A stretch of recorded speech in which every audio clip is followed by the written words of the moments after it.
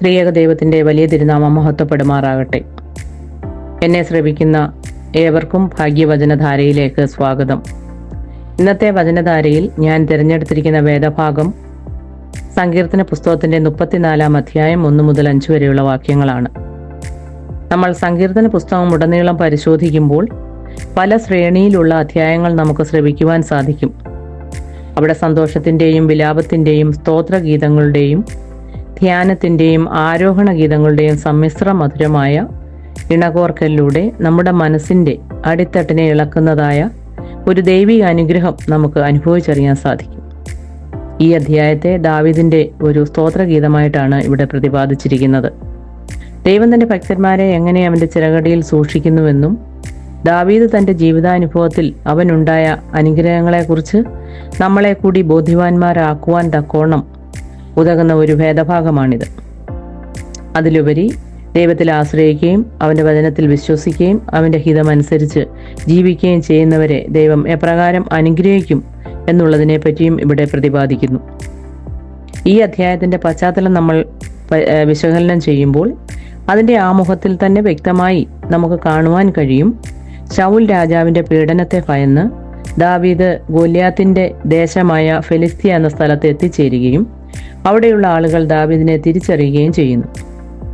അവർ അവനെ ബന്ധനസ്ഥനാക്കി അഭിമലേക്ക് എന്ന രാജാവിൻ്റെ അടുക്കൽ എത്തിക്കുന്നു.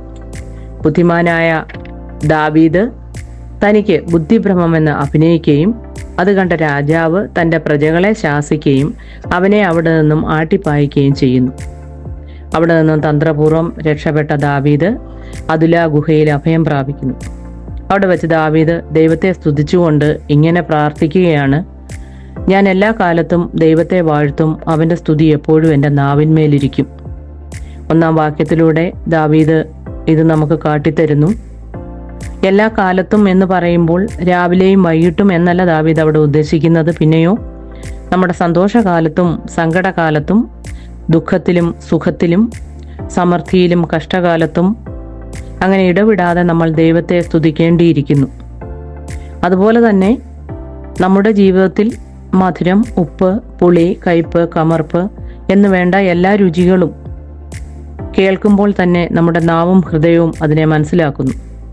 അതുപോലെ ദൈവത്തോടുള്ള സ്തുതിയും ആരാധനയും അവൻ്റെ സാന്നിധ്യവും നമ്മുടെ നാവിലും ഹൃദയത്തിലും എപ്പോഴും ഉണ്ടായിരിക്കേണ്ടത് ആവശ്യമാണെന്ന് ദാവീദ് നമ്മളെ ഇവിടെ പഠിപ്പിക്കുന്നു.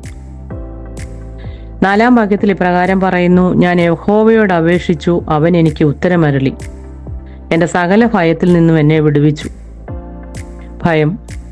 ഭയമില്ലാത്തവർ ആരുമില്ല. ഒരു ചെറിയ പ്രതിസന്ധിയിൽ, വിഷമത്തിൽ, അപകടത്തിൽ, രോഗത്തിൽ എല്ലാം നമ്മൾ തകർന്നു പോകുന്നു, ഭയപ്പെടുന്നു. എന്നാൽ നമുക്കറിയാം, യേശുക്രിസ്തുവിൽ വിശ്വസിക്കുന്നവർ ദൈവഭയത്തിൽ ജീവിക്കുന്നു. ദൈവഭയം എവിടെ കുറയുന്നുവോ അവിടെ അനാവശ്യ ഭയങ്ങൾ ഉടലെടുക്കുന്നു. ദാവീദിനെ പോലെ ദൈവകൃപയിൽ ആഴമായി വിശ്വസിക്കുവാൻ തക്കവണ്ണം നമ്മൾ നമ്മുടെ മനസ്സിനെ ഒരുക്കണം. നുറുങ്ങിയ ഹൃദയത്തോടെ അവനോട് അപേക്ഷിക്കുന്നവരെ അവൻ ഒരിക്കലും ഉപേക്ഷിക്കുന്നില്ല. 5-ാം വാക്യത്തിൽ ഇപ്രകാരം നമുക്ക് കാണുവാൻ സാധിക്കുന്നു: അവങ്കലേക്ക് നോക്കിയവർ പ്രകാശിതരായി, അവരുടെ മുഖം ലജ്ജിച്ചു പോയതുമില്ല. ഒരുപക്ഷെ ദാവീദ് ആ രാജാവിൻ്റെ അടുക്കൽ ഒരു അഭയം ആഗ്രഹിച്ചിട്ടുണ്ടാവണം.